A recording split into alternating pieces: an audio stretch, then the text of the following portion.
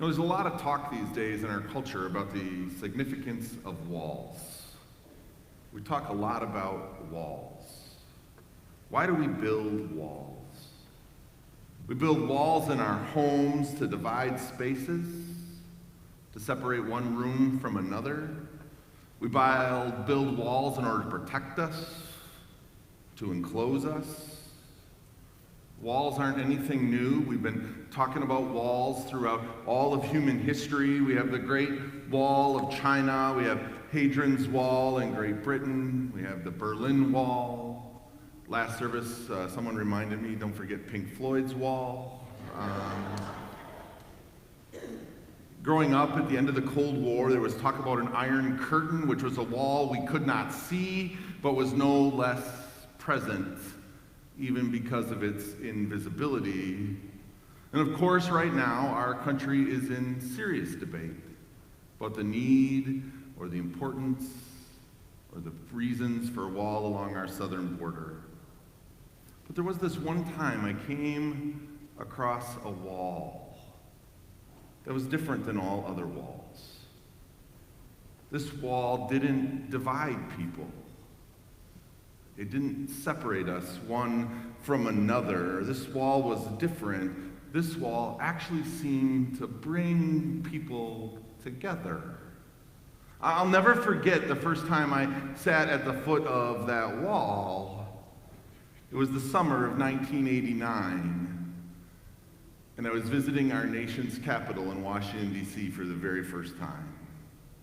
I was 17 years old, a senior in high school. I was there with 49 other young men from across the United States, 2 per state, each chosen to be a part of a program called Boys Nation, a leadership program sponsored by the American Legion. And if you can imagine, a northern Wisconsin kid who, except for one family trip to South Dakota,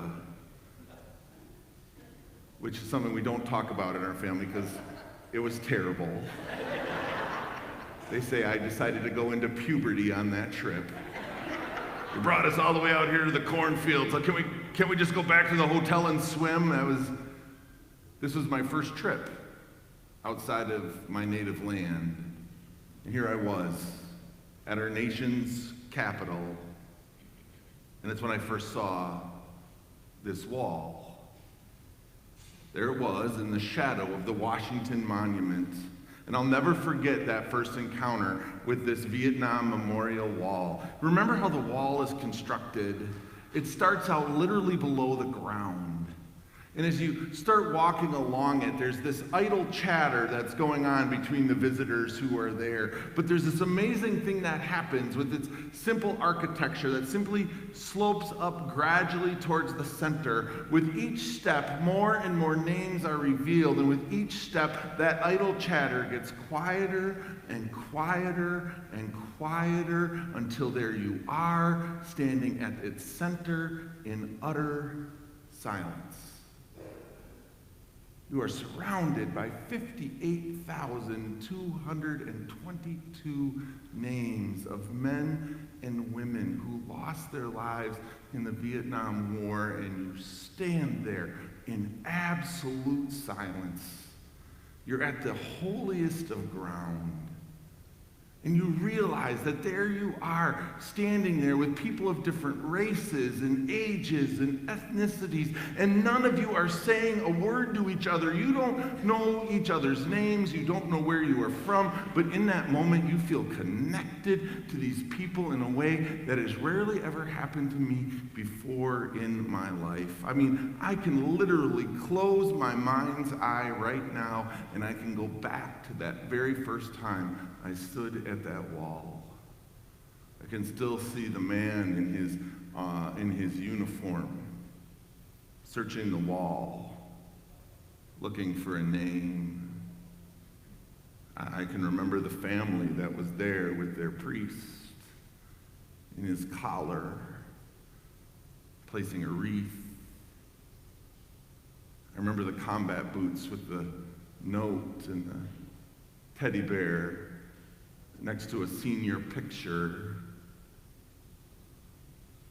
And there were people all along the wall etching a name, rubbing it with a pencil so they could take a piece of this loved one back home with them.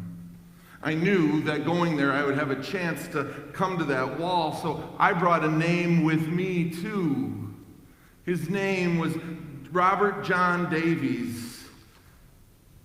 He's from Rhinelander, Wisconsin, and his name is on that wall.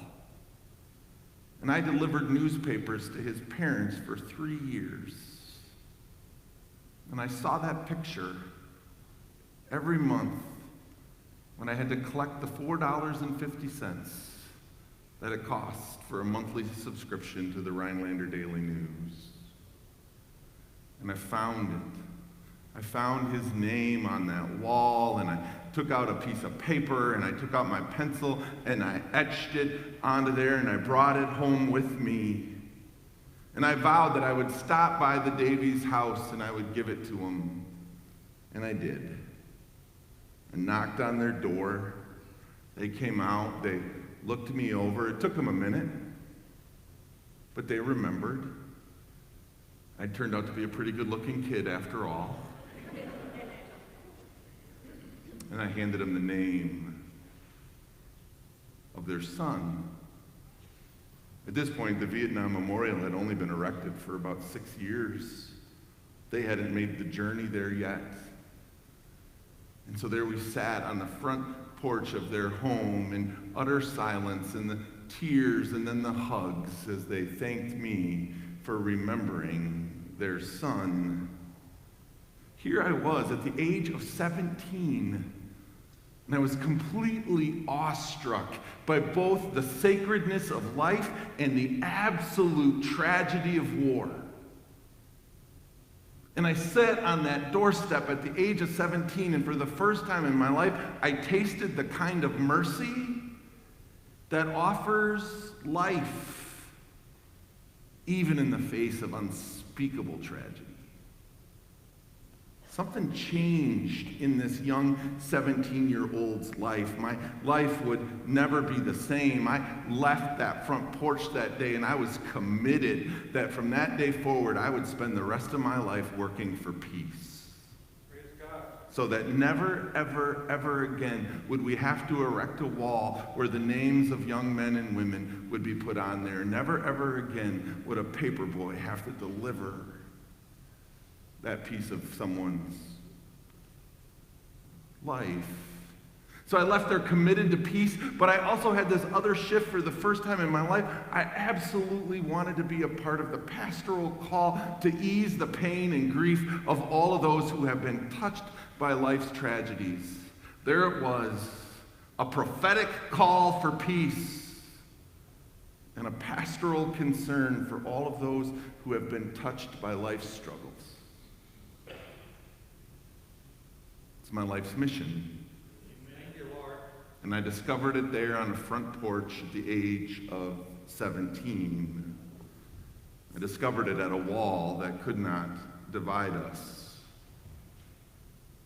So what does this wall have to teach us on this Memorial Day? What does it invite us to look at and consider? We're going to turn to these readings that Sandy read for us. Didn't Sandy do a great job? My gosh. You know, we did not give her easy readings today. And she stood up there, she's like, it happened at Mesopotamia with Zorar the Hittite. And I mean, you know, when Sandy just reads, we all are just like, yes, I believe. You're probably those sitting back there going, those are some strange readings, Pastor. 3 kind of weird readings that, how do they connect and what do they have to do with us today? Well, they all come from this book of Genesis. And remember, Genesis, it's the origin story of our faith. These are our spiritual ancestors. It tells the story of the first family of our faith. And the readings that Sandy did talked about the stories of 3 brothers, 3 sets of brothers, Ishmael and Isaac, Esau and Jacob, and Joseph and his 11 other brothers. Now here's the deal about these brothers. They're a lot like a lot of other brothers. They did not get along with each other. These brothers did a whole lot of pretty unbrotherly things to each other. Are there any parents of any brothers out there that can attest to the truth of this scripture today? I see some of you looking at the son in your household right now, right? You know, Jay, you had some brothers, right? You guys got along perfectly, I bet. Yes, right? You got along perfectly. Listen to what these brothers in these stories did to each other. Isaac stood in silence as his brother Ishmael was sent out of the house into the desert to die, and he did nothing about it. In fact, he was happy about it. Not very brotherly. Skip to the next generation. This time Isaac, the one who watched his brother go off to the desert, now God has given him 2 sons. And these 2 sons are a lot like he and his brother were. And this time Jacob tricks his father into giving the entirety of his father's estate to him, leaving his older brother Esau with nothing. He cheated him out of everything, took the college fund, took the retirement, took the property. He even took his dad's baseball cards. And left his brother with nothing. How do you think Esau feels about Jacob? Let's just say when it came time for the wedding, Jacob was not invited to be the best man. One more generation. And here we now have Joseph, Jacob's son. The son of the one who just ripped his brother off now has 12 sons of his own. And these brothers keep the family tradition of not-so-brotherly love alive and well. These 11 brothers take their brother Joseph and they sell him into slavery. As an older son, as an older brother, I have thought about doing that with my younger brother. If anyone would have taken him, I would have given him. These are our biblical ancestors. The scriptures are sometimes quite a model of family values. These siblings had rivalry so deep and their hatred was so full that this threatened to break apart the very covenant God hoped to establish among God's people. But here's the deal. Every time that family of faith seemed like it was going to break apart, every time that it seemed like it was going to splinter into 1,000 pieces, when its warring would simply make the situation utterly hopeless, the story changes. And the important thing about the scriptures that we heard today is when and where it changes. It changes for these brothers at their own memorial wall. Each of these brothers has a remarkable moment when they can put their past behind them and find a new future. The scripture says when Abraham died, the warring brothers Ishmael and Isaac come together to honor their father. It says when Isaac died, the warring brothers Esau and Jacob come together to bury their father. And in that very beautiful scripture that Sandy read, it says when Jacob died, Joseph says to his 11 other brothers, I forgive you. Praise God. Let us honor our father together. In spite of all of the conflict, all of the years of division, the pain, the anger, the tears, everything that made the past so broken, it's in this moment of memorial that God gives these families an opportunity for something new. A new future. It's in these moments that they set their warring ways aside. It's in this moment that they forgive each other. It's in this moment that maybe, just maybe, for the first time, they can forgive themselves. There is no way around it. Genesis tells the story of a pretty dysfunctional family, a pretty troubled family, a pretty deeply divided family. A family that is always walking itself literally up to the brink of destroying itself. But then Genesis also tells another story at the same time. At the same time as it tells this story that brings itself to the brink of destruction, it also tells the story of a God who accompanies that family. who despite all of that family struggle never gives up on it and gives them opportunities again and again and again to choose a new hope and a new beginning. And so for each of these warring brothers, there comes this moment in the cemetery around the grave in their own Memorial Day observances where they stand over the empty plot of their past. They're given an opportunity to find a new hope and a new beginning. And that's our biblical story. And we can trust it because it's our story too. There's no way around it. Our story, the human story, is often a story of a dysfunctional family, a deeply divided family, a human family that seems hell-bent on walking itself to the edge of destruction.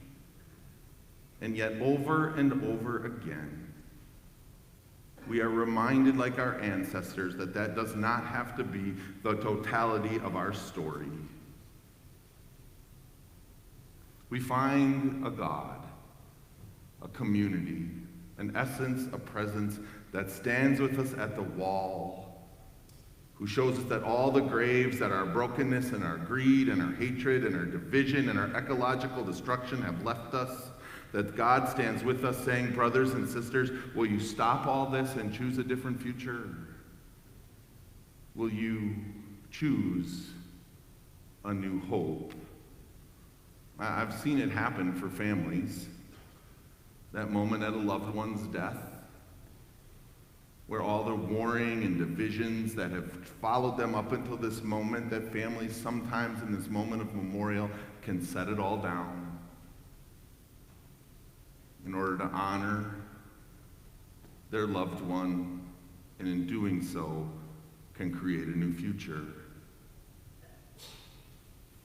In fact, that's what happened for me and my brother. Like so many brothers, Doug and I, we weren't exactly friends growing up. We were competitive on everything, and I won most of the time.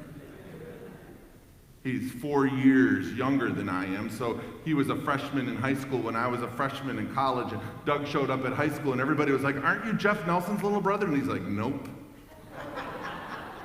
Never heard of him. And then our mom died.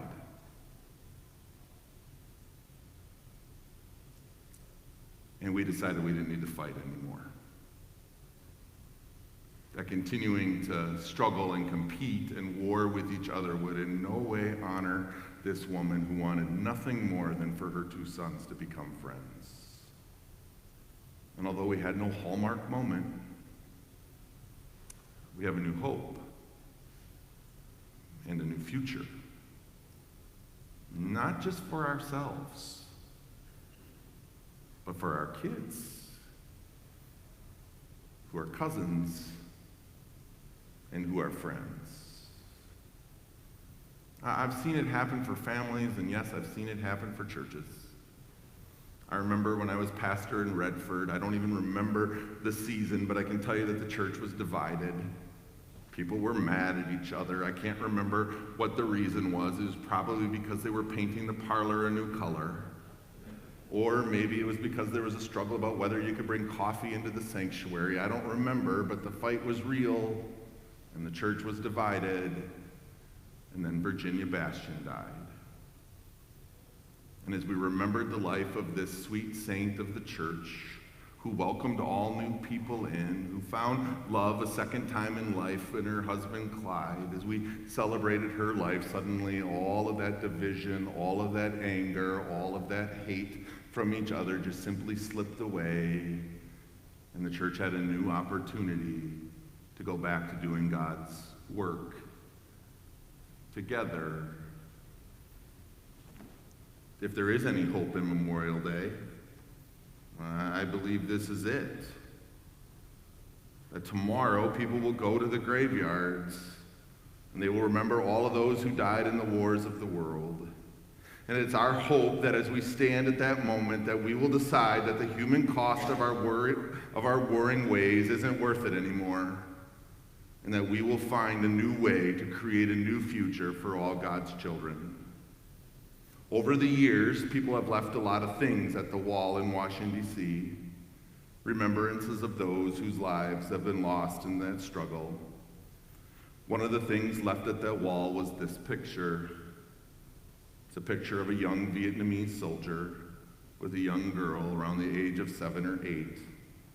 The note attached to it read, "Dear Sir, for 20 years I've carried your picture in my wallet. I was only 18 years old that day we faced each other on that trail. Why you didn't take my life, I'll never know. You stared at me for so long, and yet you did not fire.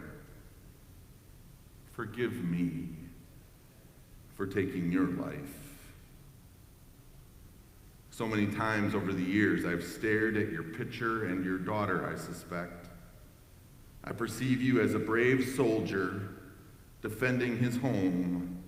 And above all else, I can now respect the importance that life held for you, and I suppose that's why I'm here today. I need to set this down. It's time for me to get on with my life.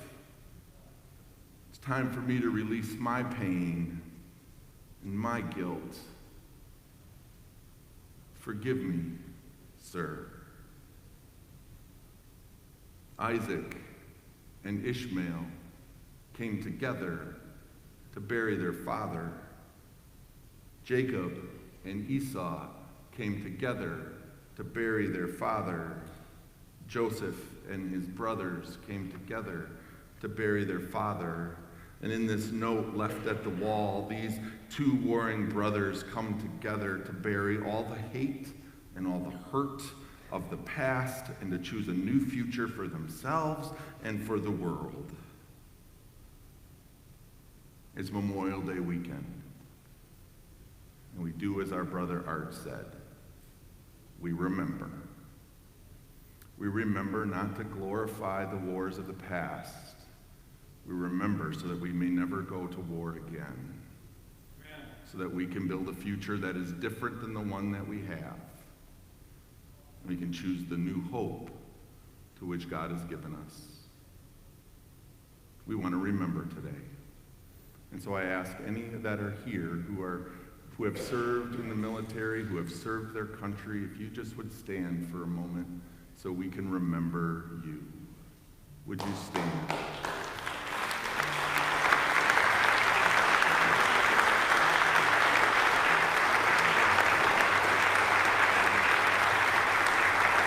And I ask you if you would stay standing for a minute, and if you would stay standing, if all of those who have lost a loved one, a family or a friend, Carla on the way out told me about her friend, her high school buddy whose name is on the wall. Ann told me about her aunt, who remembers her uncle whose name is on the wall. If you have a loved one who's died in service to our country, would you just stand so we can remember? A family member or a friend?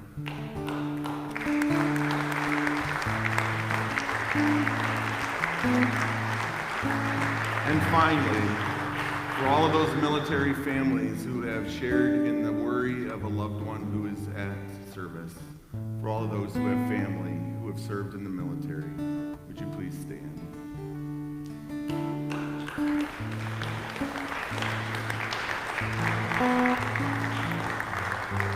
You may be seated.